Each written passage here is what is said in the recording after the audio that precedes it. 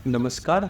आज प्यारे विद्यार्थियों, मैं आपको सेल्फ एम्प्लॉयमेंट के लिए स्वरोजगार का एक और तरीका मैं समझाने जा रहा हूँ कि किस प्रकार से हम लैंडस्केप गार्डनिंग के द्वारा अपना रोजगार का साधन अपना सकते हैं, कैसे अपना जीवनचर्या में ये चीज़ ला सकते हैं और दूसरे संस्थानों से या अपन सरकार से रोजगार मांगने के बजाय अपना खुद का एक बिजनेस और बहुत ही बड़ा बिजनेस स्थापित कर सकते हैं।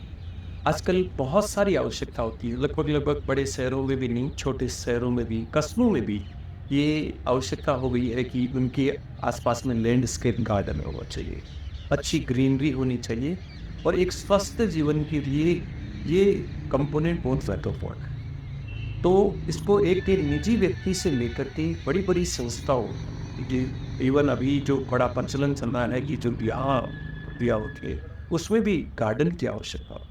तो हम एक बे लैंड एरिया में किस प्रकार से गार्डन डेवलप करें, उसकी आज चर्चा कर रहे हैं। आज आप देख भी रहे हैं कि जिस जगह मैं खड़ा हूँ, ये गार्डन अभी कुछ ही समय पहले हमने कृषि महाविद्यालय सुमेरपुर में विकसित किया है। पहले इस एरिया को हमने जो है लेवल किया और इसके वीड को कंट्रोल किया। जो भी वीड था इसमें इरिगेट किया, जर्मिनेट हुए, उसके बाद में हमने वीड फ्री इस एरिया को कर दिया। लगभग 2 महीने की ये प्रक्रिया होती है। अगर आपको सस्टेनेबल जो है ग्रास लैंड डेवलप करनी है तो ये एक प्राइम आवश्यकता है।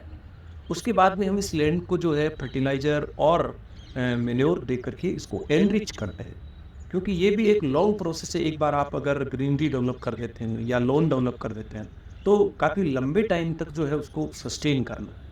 ऐसे में हम जो हमारी लगभग 200 किलोग्राम नाइट्रोजन जो प्रति हेक्टेयर के हिसाब से है, उस हिसाब से एरिया की कैलकुलेट करते हैं। साथ में 150 किलोग्राम फास्फोरस और 80 किलोग्राम पोटास, ये हमारी जनरल नीड होती है लॉन लगाने के लिए।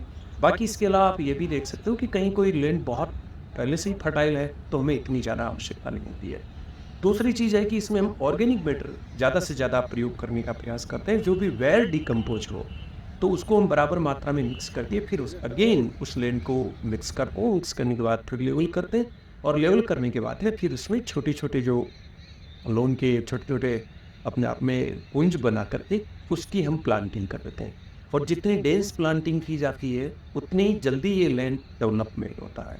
कुछ जो है ऐसे कैसे पूरी की पूरी पट्टी लगा करके भी लैंड डेवलप करते हैं, पर मेरी सलाह ये रहेगी आप लोगों को कि आपको मिनिमम कॉस्ट लगेगी। मिनिमम कॉस्ट का मतलब ये हो गया, आप पूरी पट्टी एक पट्टी लेंगे तो उसमें करीबन आप 10 फीट का एरिया कवर कर जाएंगे। तो वो एक पट्टी एक जगह नहीं बिछा करके, और ये जो इस प्रकार से रोपाई के द्वारा जो लैंड डेवलप होती है या जो घास लगती है, वो घास जो ज़्यादा अच्छे से बढ़ती है, उसकी ग्रीनरी अच्छी रहती है, उसकी लाइफ जो है लो। इस तरीके से कम कॉस्ट के अंदर पूरे एरिया में लोन लगा लेते हैं। अब उसके बाद इसका साइट डेवलपमेंट ज़्यादा अट्रैक्शन आता है, वो आपने साइट डेवलपमेंट कैसे किया है।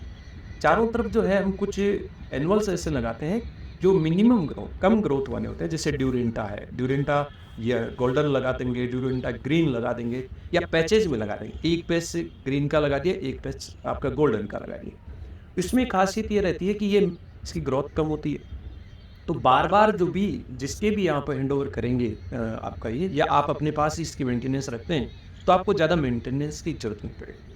आपको 6 महीने में एक बार इसको प्रून करना पड़ेगा, कटिंग करनी पड़ेगी, साइज़ देनी पड़ेगी। इसके साथ में चारों जो कॉर्नर है, चारों चारों साइड जो है, उसमें हम इस प्रकार के प्लांट लगाएँ, एनुअल जो पेरेनियल होंगे और उनका लीफ फॉल लें।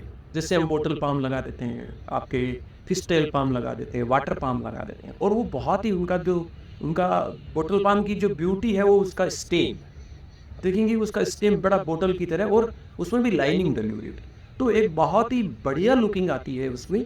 और साथ साथ में उसमें हम अशोका के प्लांट भी जो उसके मिड में भी लगा सकते हैं। और पूरे जो गार्डन आपने डेवलप किया है उसमें बीच बीच में छोटे प्लांट, बहुत बड़े प्लांट अगर हम लगाते हैं तो फिर नीचे का लोन खराब हो जाता है। जैसे चंपा हमने लगा दी जिसमें सनलाइट भी पहुंचती है, लीफ फाल भी कम है और लीफ बड़ी है, अगर लीफ फाल भी हुआ तो उसको हम आसानी से कलेक्ट कर सकते हैं।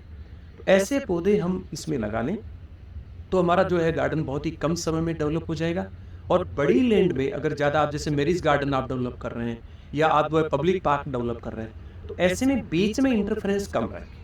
जितना इंटरफेरेंस आपको देना है, जितनी ब्यूटी आपको क्रिएट करनी है, वो चारों तरफ करें। बीच में क्या लोग आएंगे, मॉर्निंग वॉक करेंगे, या फिर जैसे पंडाल लगेंगे शादी ब्याह के अंदर, तो वो चीज़ें भी आपको जान के कि आप स्पेस भी जिस भी पार्टी के वर्क कर रहे हैं उसको प्रॉपर स्पेस दें। और घास जैसे ये एरिड एरिया है तो ऐसी जैसे सिलेक्शन नंबर 1 आपने सिलेक्ट कर लिए, तो वो ऐसी है कि वो कम पानी में भी रहेगी, ग्रीन भी रहेगी और पब्लिक की मूवमेंट से उसको ज़्यादा डैमेज नहीं।